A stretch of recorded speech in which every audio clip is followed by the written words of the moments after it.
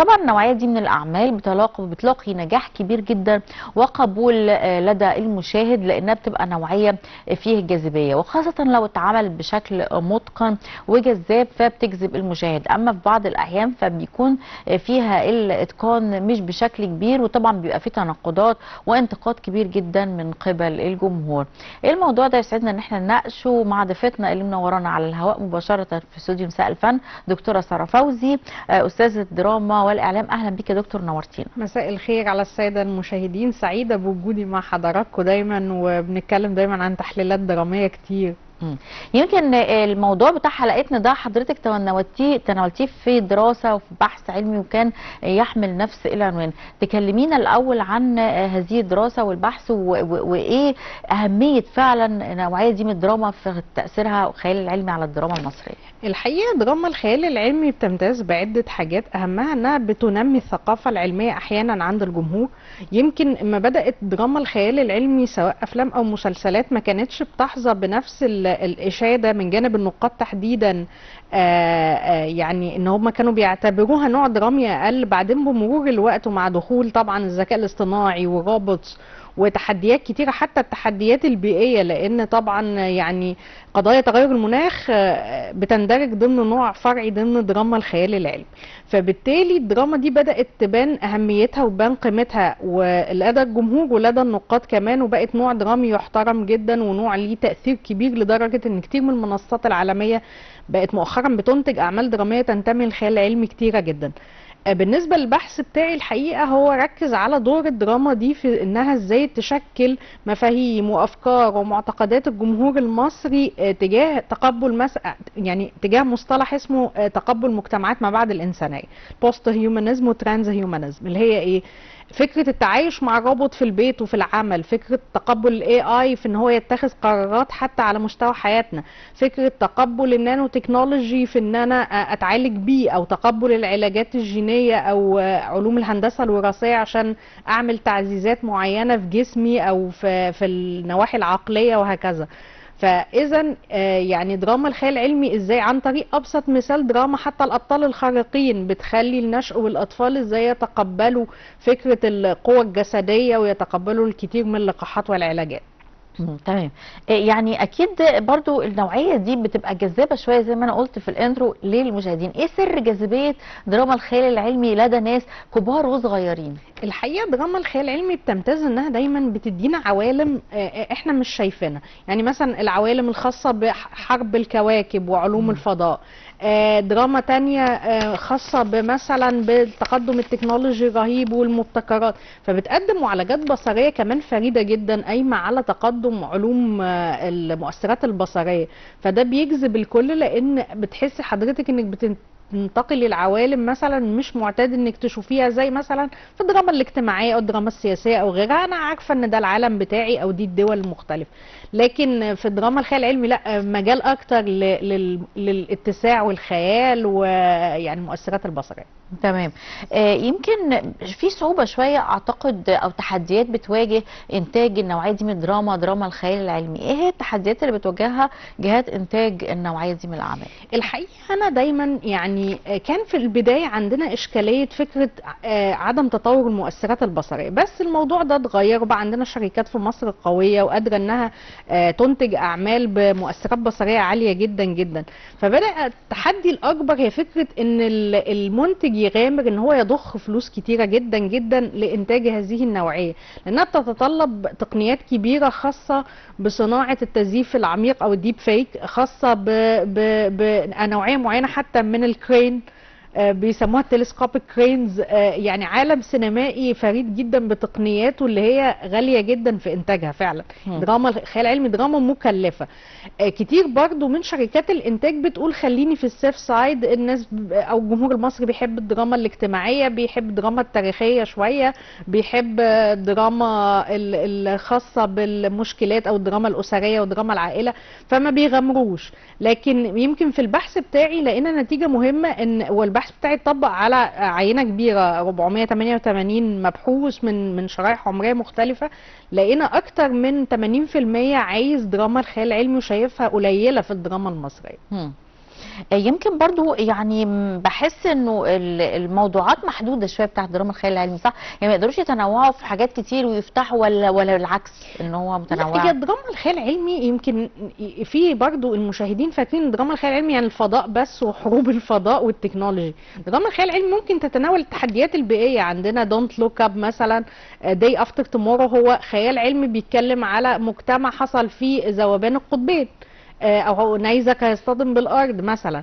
فاحيانا مثلا قضايا التحديات البيئيه وذوبان القطبين او مشكلات الغذاء لا بتبقى هي كمان ضمن نوع فرعي من انواع دراما الخيال العلمي.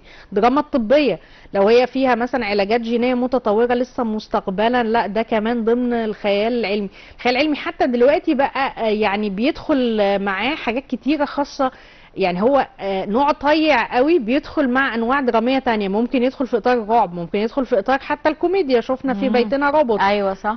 كوميديا مع خيال علمي. وعندنا مثلا حتى الدراما السياسيه ممكن يدخل فيها خيال علمي، ما بتتكلم على انظمه في المستقبل او استشراف حتى العلاقات العسكريه والسياسيه بين الشعوب.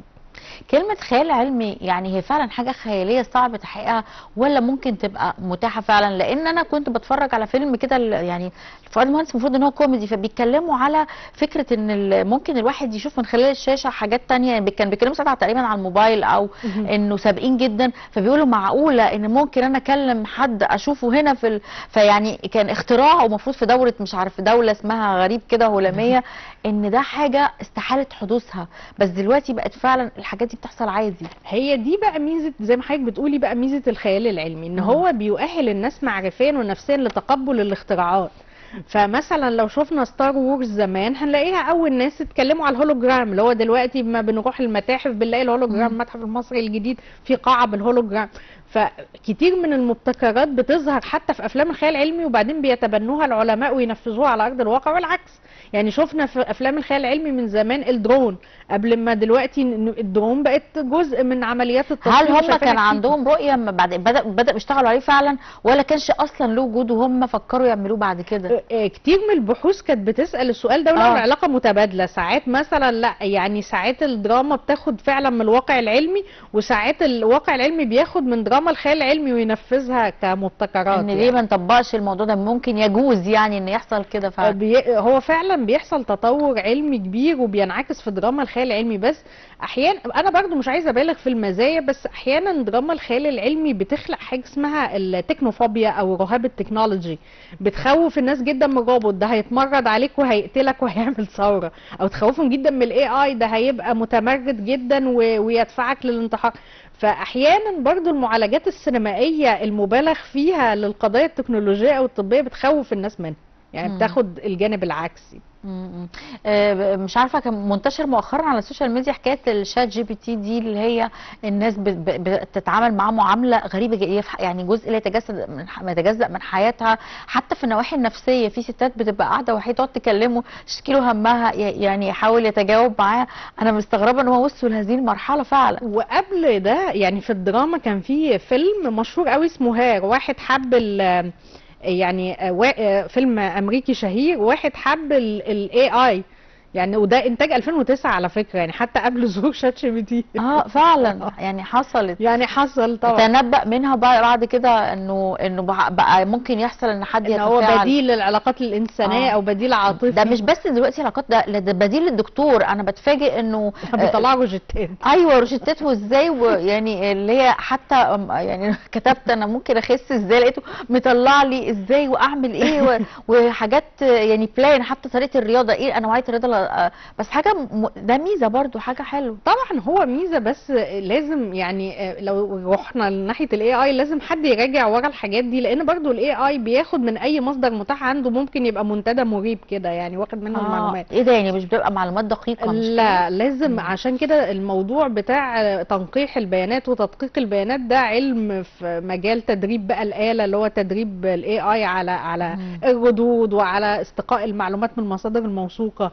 فدي لانه بيبقى مشكلة خطر. كبيرة. في مره يعني حد منهم كاتب انه حد اتوفى لما مشي على وصفه معينه طبعا طبيه، انه هي خطير الموضوع ده هو جدا. الاي اي قدامه زي سفره مليانه اكل، فبياخد اي حاجه من غير بقى ما يفلتر. دي الخطوره، ان هو يروح يعني ممكن شخص يبقى عنده اعراض معينه ما يتناسبش وما مع العلاج يديلوش ده. العرض المظبوط، يعني يبقى متشابه مثلا دور البرد مع التهاب رئوي، فهو يديله الدواء التاني بتاع ده الالتهاب الرئوي خطر. وهو مثلا دور برد عادي.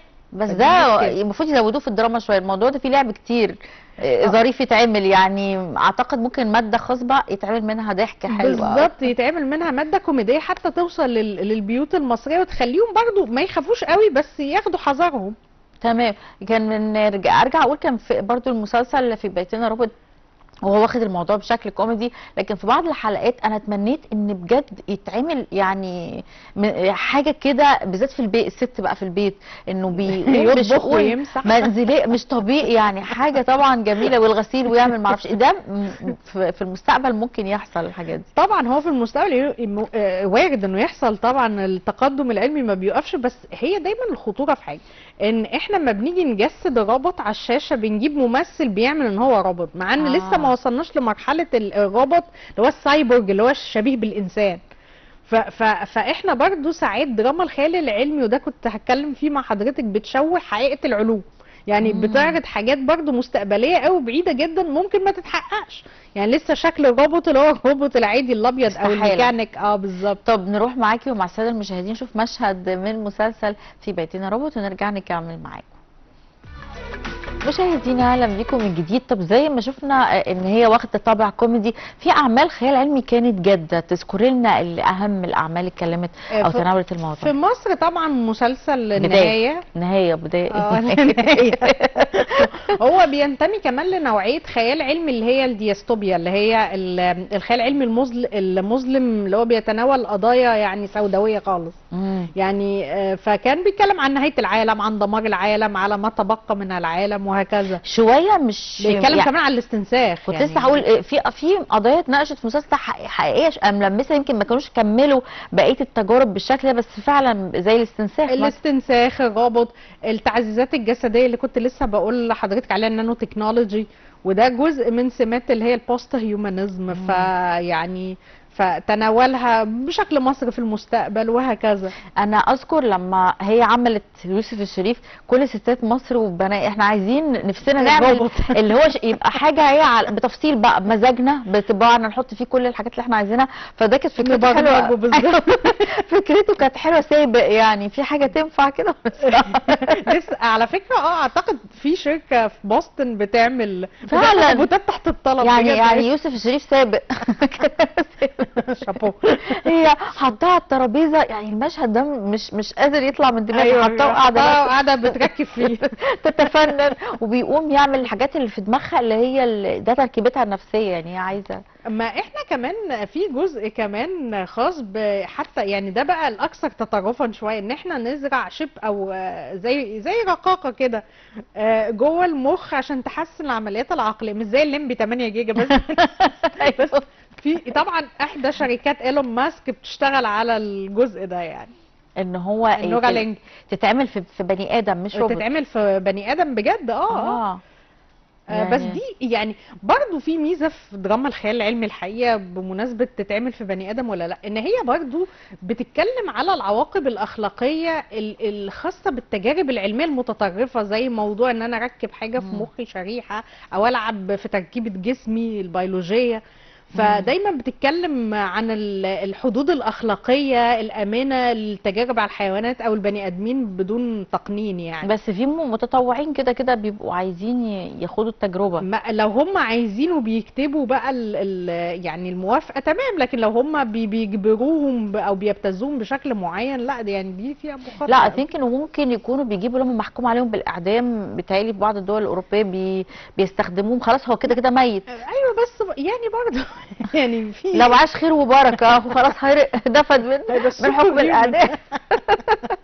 بالظبط. طب اكيد الدوله يعني ليها دور في الانتاج او الاهتمام بالنوعيه دي من الاعمال، نوعيه اعمال دراما الخيال العلمي. والله انا نفسي بجد، نفسي قطاع الانتاج ان شاء الله، يعني بمناسبه التجديدات الجديده في ماسبيرو والتطور الحالي يعني بقياده الاستاذ احمد المسلماني.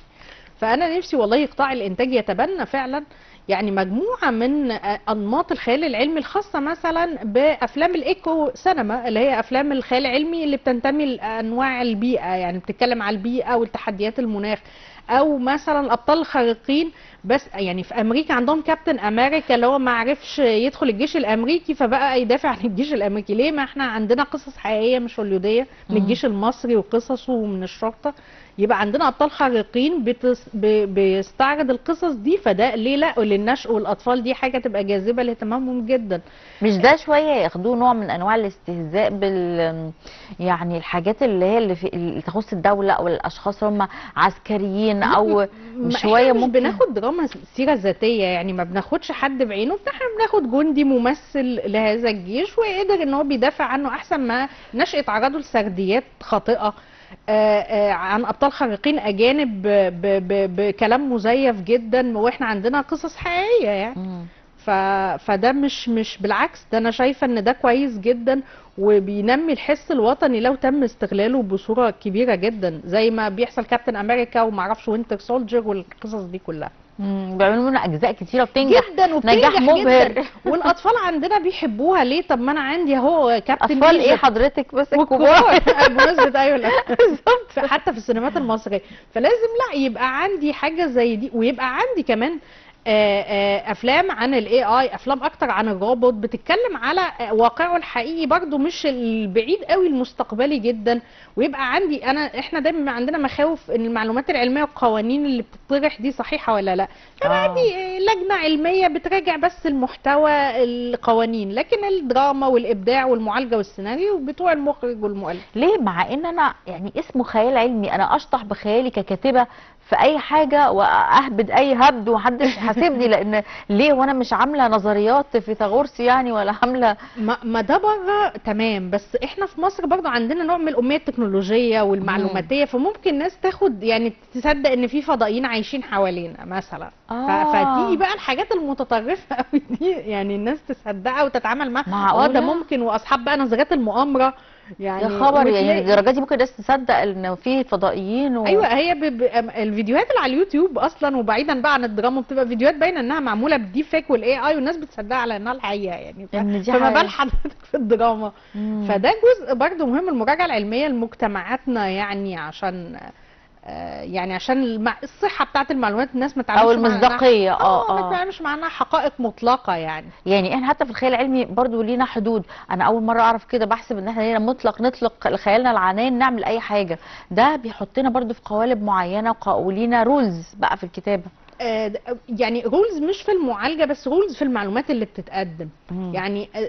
يعني مثلا ممكن ننتج اعمال دراميه بتتكلم مثلا عن ارتياد الفضاء، عندنا وكاله الفضاء المصريه. ليه ما ننميش عند الاطفال والكبار فكره ان يبقى عندنا رواد فضاء مصريين؟ فدي من الافكار الحلوه اللي يلا نشطح بخيالنا ونعمل حاجات لطيفه. في عمل اتعمل واتقال عليه انه متاخد من افلام عالميه بيست كوبي، يعني بس مجمع. طبعا انت عارفاه اللي هو كوفيد 25 يعني كتير اتقال عليه متاخد مثلا من فيلم كذا، مشهد ده بحذافيره وكذا، واتجمعوا واتحطوا في هذا المسلسل. ما ده من ضمن على فكره اوجه القصور برضو في الدراما المصريه في فئه الخيال العلمي، ان احنا برضو ليه ما نسيبش المبدعين بتوعنا هم ينتجوا العوالم الخاصه ورؤيتهم للعالم. عندنا ناس رائعين من فنون تطبيقيه وفنون جميله، فدول اللي حتى بيعملوا الديجيتال الستريشن، الستوري بورد بتاعت الحبكه مع المخرجين، فنسيبهم دول هم اللي ينطلقوا، مش نروح ننسخ بالظبط اعمال امريكيه. يبقى الناس هتسيب برضو الاعمال المصريه هتروح للامريكيه عشان شايفه ان ده الاصل. طبعا اكيد، ويعني معموله حتى بطريقه اكيد احنا امكانياتنا مش قادره انها تنفذها بالطريقه الصح، فبتبقى مسار للسخريه. وهو ده اللي هنروح معاكي مع السلامه مشاهدينا ونشوف مشهد من مسلسل كوفيد 25 ونرجع نكمل معاكم. مشاهدينا اهلا بكم من جديد. يعني قولي لنا برضو ايه الاعمال اللي اتعملت تناولت الخيال العلمي وكان ليها اهميه وصدى بنفس قوه الاعمال دي؟ والله في فيلم انا بحبه جدا اسمه موسى، وهو اخراج بيتر ميمي، كان من حوالي 3 سنوات. بيتكلم عن روبوت، كان بطولة كريم محمود عبد العزيز، وهو صنع يعني مش يعني انسان آلي بقى، سايبورغ كده بيحركه بدماغه وبيحارب بيه اشرار. ده كوميدي؟ لا فيلم خيال علمي جدي، جاد، اه. يعني. ده حلو، بداية عالم سينمائي نجرب فيه. انا مؤمنة برضو ان احنا مش لازم يعني ناخد الجمهور بيحب ايه وما بيحبش ايه اديله على طول دراما اجتماعية. ما هو مم. انا عملت بحث اهو، والناس عايزة دراما خيال علمي، فليه ما نجربش؟ مم. بدل ما نكون اسيرين قوالب ونفترض خطأ ان الناس بتحب ده، فدايما خلاص نقدم لهم نفس النمط. مش تقليل من الدراما الاجتماعية، بالعكس يعني. لكن الفكرة ان لازم شركات الانتاج اتليست تعتمد على بحوث، على قياسات الرأي العام.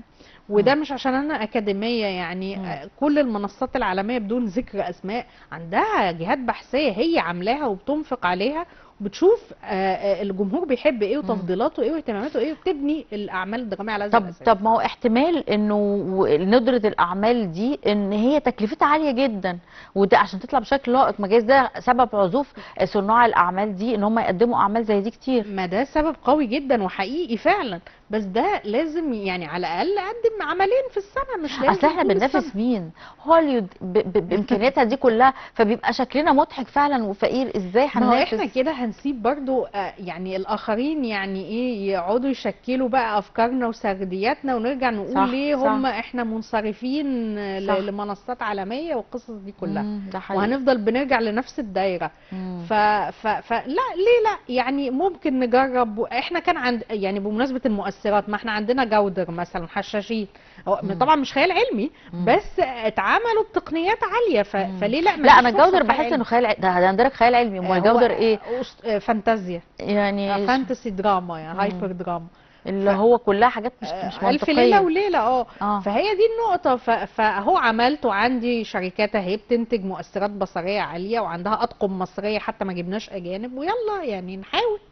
لا ونجح جدا جدا، بدل انهم عملوا جزء تاني منه من كتر ما هو الناس حبته ونجح. وحلو بصريا، مبدع جدا، وفي افكار جديده، ويعني واخدين القصه الخاصه بجودر من الف ليله وليله حلوه، ومعموله متنفذه بصريا حلو. ومواكبه للالف ليله وليله تطوراتها اللي كانت قديمه زمان واحنا صغيرين، بالظبط. ده اكتر تطور. بس يبقى انه ما هو لما حاولوا يعملوا الموضوعات محدوده ومتاخده من بره، فزي كوفيد 25، طب ما هو بقى استنساخ تجربه بصراحه مش تجربه. حلوه طب ما يعني. هم هيجيبوا منين موضوعات غير هي الموضوعات اللي طرحت عالميا قبل كده عن الخيال العلمي؟ الاوبئه اللي هم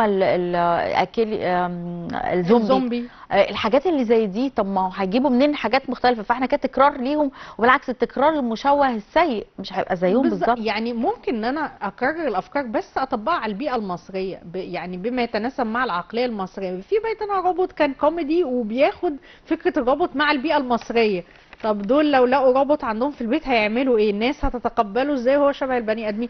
فممكن يتناولوه من الجانب ده، الجانب الخاص بفكره تطبيعه بقى في المجتمع المصري هيبقى عامل انا ازاي. افتكرت حاجه في اسعاد يونس عملت مسلسل كان ليه علاقه ان هي برضو كان روبوت جابته، كان انا فاكر اسمه اسلام، الفنان اسلام، اسمه اسلام ايه نسيت. هو برضو فكره ان هم قاعدين في عالم وبينزلوا يتعاملوا مع البشر، وهي جالها البيت وبقى يعلمها حاجات مع احفادها بتستفيد من الحاجات دي. انا فاكره في المسلسل ده اتعمل وعملته الفنانه اسعاد يونس وكان قريب. وعلى فكره، ولو بصينا رجعنا لورا شويه في الدراما المصريه زمان جدا، هنلاقي مثلا فؤاد المهندس فكره السوبر هيرو، انا بس ناسيه الفيلم.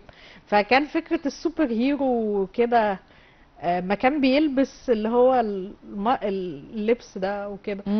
فلا يعني كان موجود ارهاصات للخيال العلمي من زمان في مصر.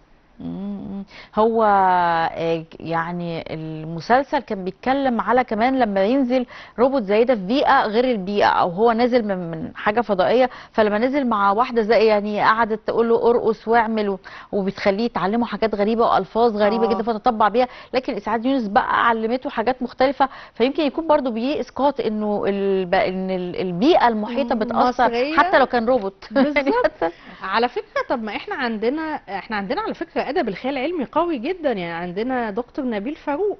طبعا. يعني رواياته كلها والقصص اللي كنا بنجيبها واحنا صغيرين ما هي كلها خيال علمي. ليه مش بتتحول لاعمال دراميه؟ واضح ان في صعوبه في التحويل. ومصريه اهي دي جميله جدا جدا الروايات دي. يعني سلسله رجل مستحيل وحاجات كتيره يعني. مم. فممكن تتحول لاعمال دراميه وتلقى رواج كبير قوي يعني. ايوه ايوه، يعني احنا محتاجين ومن في البيئه الدراما، المصريه. ومحتاجين تغيير في نوعية الدراما. مش لازم العنف والقتل والدم والحاجات دي بتخلي الأطفال والأجيال الجديدة ما هي قدوة ليهم انهم بيتأثروا بالحاجات دي. طبعا لان اكبر قطاع بيشاهد افلام الخيال العلمي الاطفال والمراهقين، مم. فبيتاثروا يعني افلام الابطال الخارقين بتاثر على الاطفال جدا، بتخليهم يعيدوا تكرار العنف بقى، ايوه وبتلاقيهم بيقلدوا نفس الشخصيات دي وبيضربوا زمايلهم في المدرسه، بتبقى قصه كبيره. اكيد. طب ايه هو دور يعني دراما الخيال العلمي في تبسيط صورة العلماء والمخترعين؟ الحقيقه يعني احنا شفنا اعمال دراميه كتيره مثلا بتجيب لنا مخترع قد يكون طموح، مم. وعايز يوصل لاختراع عشان يساعد البشرية فيدمرها. فده جزء مهم ان احنا احيانا بتنقل صورة صادقة للعلماء، او صورة حتى للعواقب الاخلاقية لافعال بعض العلماء او بعض المخترعين. لكن ده مش حقيقي، مفيش علماء أشرار أكيد. لا في اكيد. في أشرار. في اكيد احيانا بعضهم يعني. انا دايما بقول في الدراما لازم نعرض النموذج السيء والجيد عشان يبقى بس في حد صراع. وصل لدرجة علمية، وصل لدرجة من يعني ده معقولة هيتحول لشرير يعني؟ ما هو هي مش شرير، هو مثلا بتيجي شركات رأسمالية تجبره بقى على حاجات فعلا معينة. بيحصل ممكن. بيحصل، هتلاقي حاجة في اختراعات مثلا طبية، عقاقير، تقنيات معينة. أبسط مثال اللي اخترع شات جي بي تي نفسه، يعني سام ألتمان، هو ندمان على حاجات معينة يعني، وخايف من تطوره ما يوصل لفكرة تحليل المشاعر ويحاكي الإنسان تماما، أو يبقى عنده مم. وعي خاص بالاي اي. مم. فيبدأ يحرض الناس على أفعال معينة. وشفنا أكتر من حادث انتحار حصل بره في السويد بسبب شات جي بي تي. هو اللي بيحرضهم على الانتحار؟ من كتر الكلام معاه بيبقى يعني شخص اكيد عنده ميول يعني، وعنده مشكلة نفسية معينة، التاني بيعمقها. اه، فدي خطير فعلا جدا يعني، ف... ف... بالذات مع المراهقين. الكبار برضو عندهم نضج، المراهقين دول بيتأثروا بالظبط جدا. تأثروا جدا جدا، زي والاطفال. الالعاب بتاعت الحوت الازرق والحاجه اللي كانوا بيحسوهم على الانتحار، وبعض الالعاب اللي كنا بنسمع عنها دي خطيره بالظبط، جدا. ومنعوها في المدارس وعملوا اه. تحذيرات. فاحيانا برضو هي كل حاجه التكنولوجي كلها، اي حاجه بيتم اختراعها ليها جانب سيء وجانب طيب يعني. ما يعني فكره القنبله الذريه مكان الفكره او النوويه، يعني كانت الفكره هي فكره الطاقه المستمره والطاقه المتجدده، استخدمت في الحروب. فهي مم. دي يعني يعني في بعض المعضله الافلام، الاخلاقيه بس بقى. مش في مصر، في بره بشوف دايما قاعدين وعمالين يعملوا، يحطوا ممكن ضخ بقى حد معاه فلوس كتير بقى في الافلام، العصابه يقعدوا يجيبوا عالم ويدوا فلوس كتير عشان يعمل حاجه بالظبط. شريره. فممكن يبقى مجبر، او ممكن هو نفسه عنده ميول وهكذا يعني. بيستفيدوا ايه ان هم يعني ممكن حاجه فيها اضرار، دي حاجه غريبه قوي بصراحه. ما عشان يبيعوها بقى مم. في التسليح، في مثلا قضاء على مجتمع معين، ناس عندها يعني مشاكل سايكوباتية، وده موجود في العالم يعني. احنا مش عايشين في عالم مثالي برضو. دراما الخيال العلمي احيانا بتبقى محملة باسقاطات سياسية واجتماعية ونفسية مهمة جدا. يعني احنا عندنا مسلسل اسمه بلاك ميرور، وهو مسلسل اجنبي قوي جدا بجد، كان بيتكلم على مخاطر السوشيال ميديا قبل ما السوشيال ميديا تطور مواقع التواصل.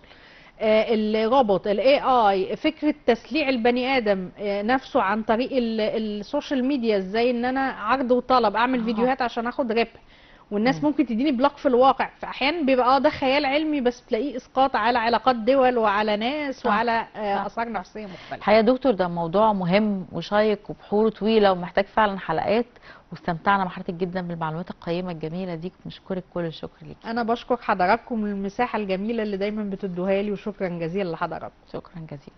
مشاهدينا بكده خلصت حلقتنا النهارده معاكم وسهرتنا في مساء الفن. استنونا بكره سهرة جديدة وأسرة جديدة من مساء الفن، ودلوقتي أقول لكم تصبحوا بألف خير.